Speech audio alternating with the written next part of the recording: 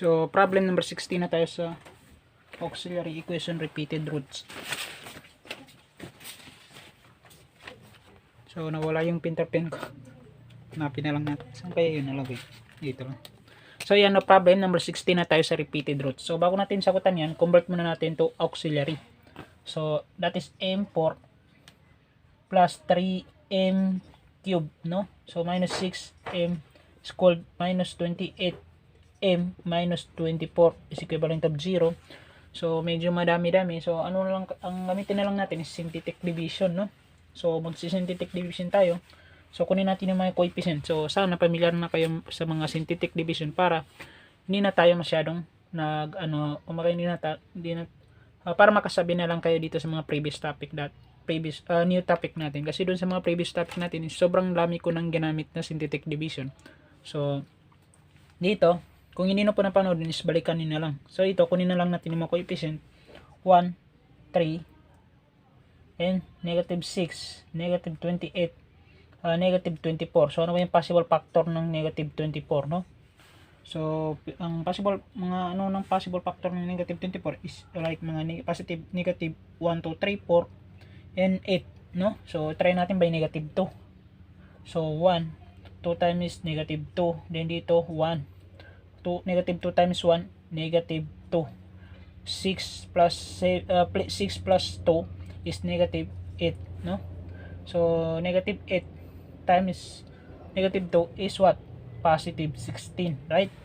No? So, positive 16 to. So, sum up mo yan, magiging positive 12. So, negative 28 to positive 16, positive 12.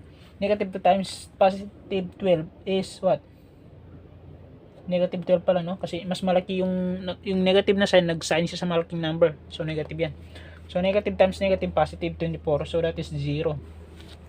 So, ito yung M1 natin, no? Ito yung magiging M1 natin. So, dito, ganun pa rin. Una, ito yung magiging new number natin, no? So, ang gagawin ko na lang, i-copy ko na lang yung para hindi siya masyadong mahaba. 1, negative 8, then negative 12. Then yan. So, another synthetic.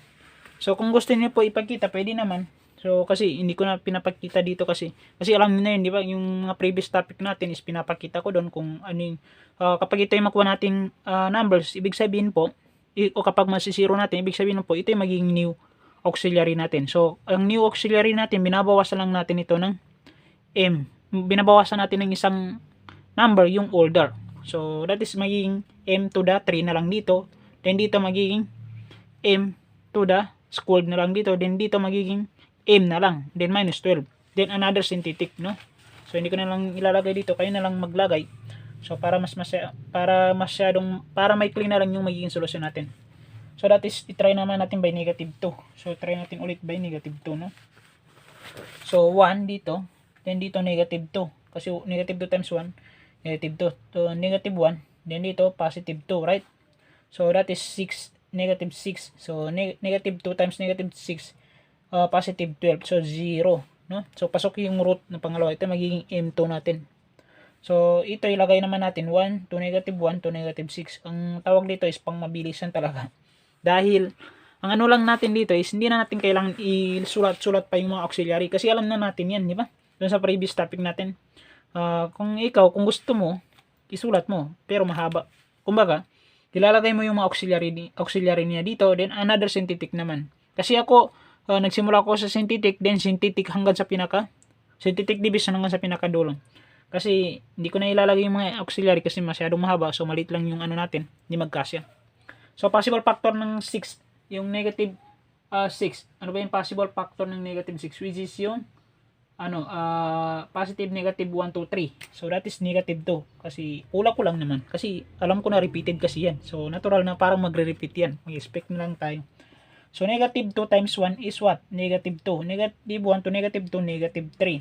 Negative 2 times negative 3, positive 6. So, that is 0. No? So, that is the M3. So, M3. So, doon tayo. So, ano ba yung natira? Ang natira po dito is 1. So, magiging M na lang yan.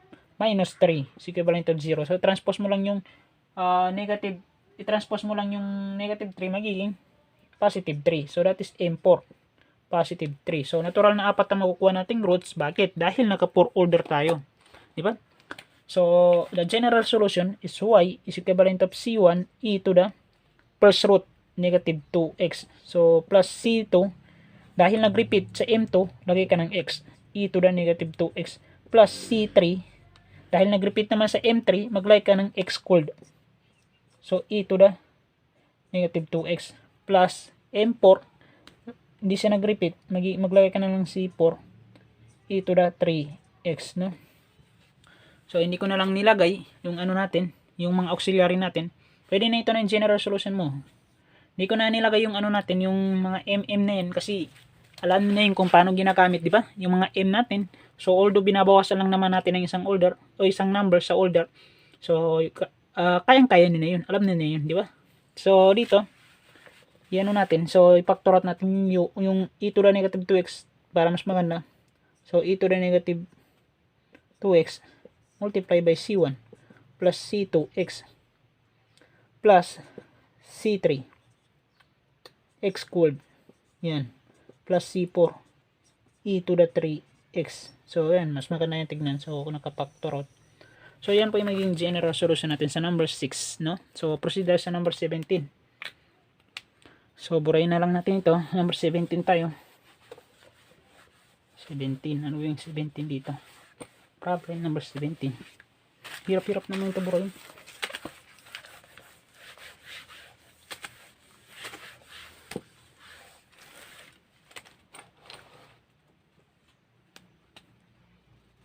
So, problem number 17. Ano yung problem number 17 natin? Problem number 17. Tignan natin sa box. Ano ba yung problem number 16? 16. 17 pala. So, that is the 27. 27D 4 minus 18 D squared plus 8D minus 1 and y is equivalent of 0. So, kung makikita natin, naka-differential equation. So, ang gagawin na lang natin, i-convert to auxiliary, no? So, that is 27m 4 minus 18m squared plus 8m minus 1 is equivalent of 0. So, yan, naka-auxiliary na. So, tingnan natin. So, hindi tayo pwede mag-synthetic division. Bakit? Napakaliit ng factor ng negative 1, di ba? 0 point something. So, gawin na lang natin sum of difference of algebra. Kung malaki sana yan, mag-synthetic sana ako, pero masyadong maliit. So, ang gawin na lang natin, sum of difference of algebra. So, you can write, magagawa tayo ng isang m plus 1. So, kagaya ng ginagawa natin dati. So, yan. So, ang gawin natin, 27m to the 4, no? So, 27m to the 4. Then, lagay tayo ng isang ano ba tawag ito, positive 20, positive 27 m na lang to the 3. So, gawin natin yan. So, dito, wait lang, parang tumataas, pangit masyado tignan. So, positive 27 m to the 3. Nakalimutan ko yung mga ano na to, yung sum of difference, hindi ko masyado na-review. So, yan. So, dito, another 27 naman dito, pero negative. So, 2 cube. Yan, di ba? So, that is dito naman, negative 20.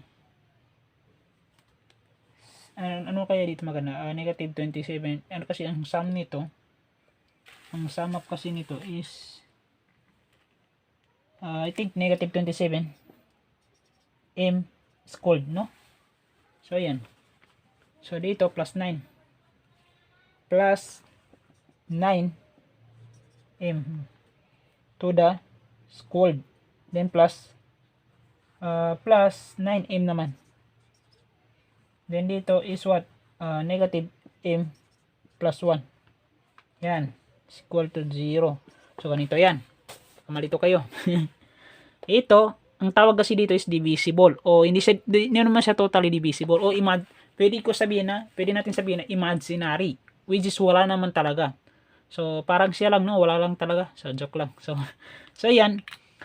parang wala talaga yan. Kasi tingnan mo, positive 27 to negative 27. Kung ano, obvious naman, di ba? May zero yan. So, naglagay na lang tayo dyan dahil alam nyo na yun, di ba? Yung purpose natin kung bakit tayo naglalagay dyan. Which is, para makagawa tayo ng groupings factoring, di ba?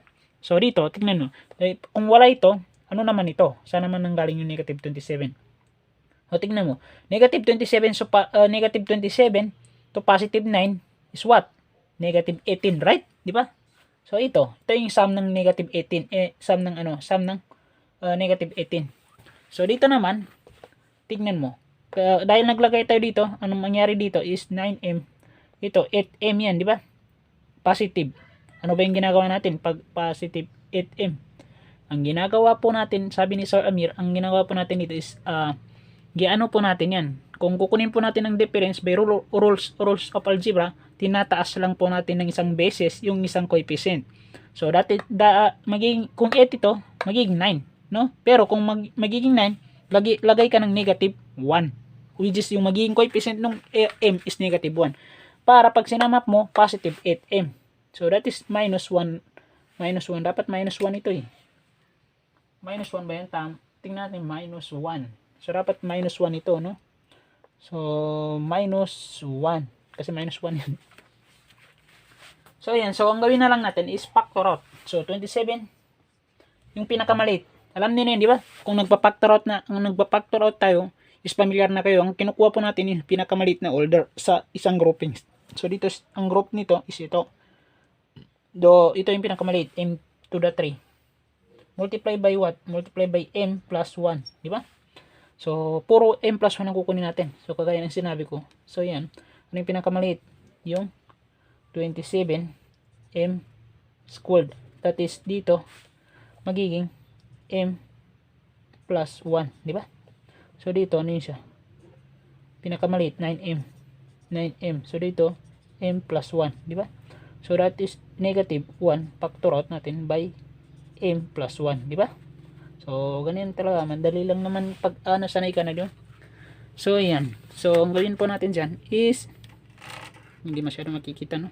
So, gawin natin. Isang M1 lang kukunin natin dyan. So, that is M1, M plus 1.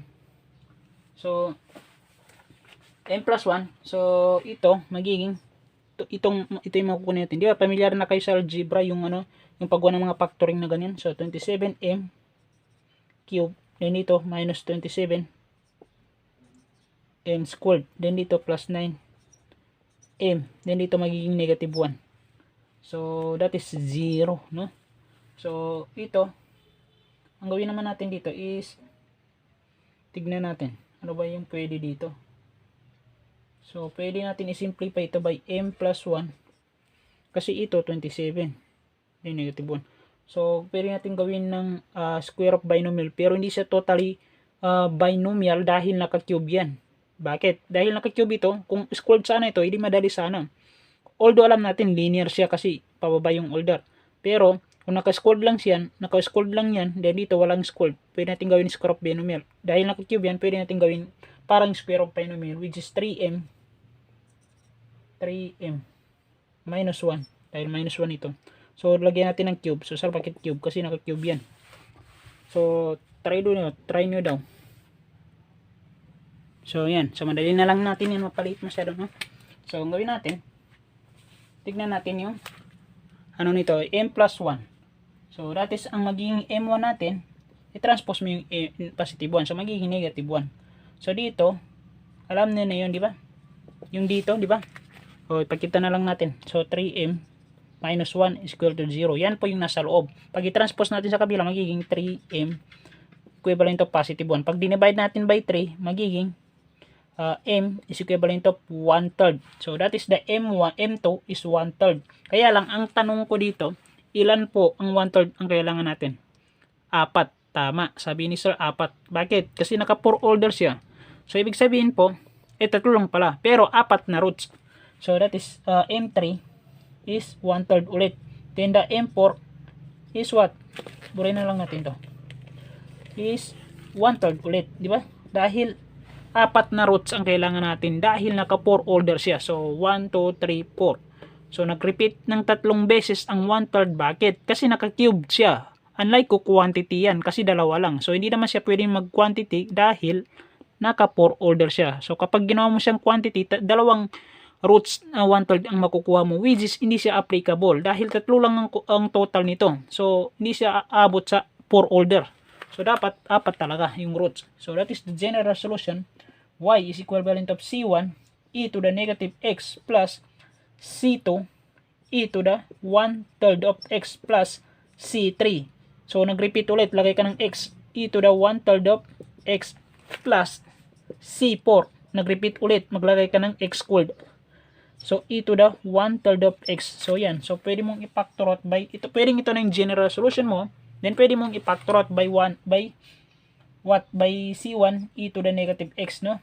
Plus, factor out ng e to the 1/3 of x multiply by C2, no? Plus C3 plus C4 x squared. So, that is the general solution, no? So, pwedeng ito na yung maging general solution mo. Then, pwede mo rin ito, dito may factor sa kapila. So, same lang naman, kahit saan dyan, no? So, ito yung number 17 natin. Then, proceed tayo sa 18. So, medyo malapit-lapit na tayo sa, parang napasubo yata ko sa, sinabi ko dati na gusto kong ubusin yung problem sa books. So, dito. So, proceed tayo sa problem number 18.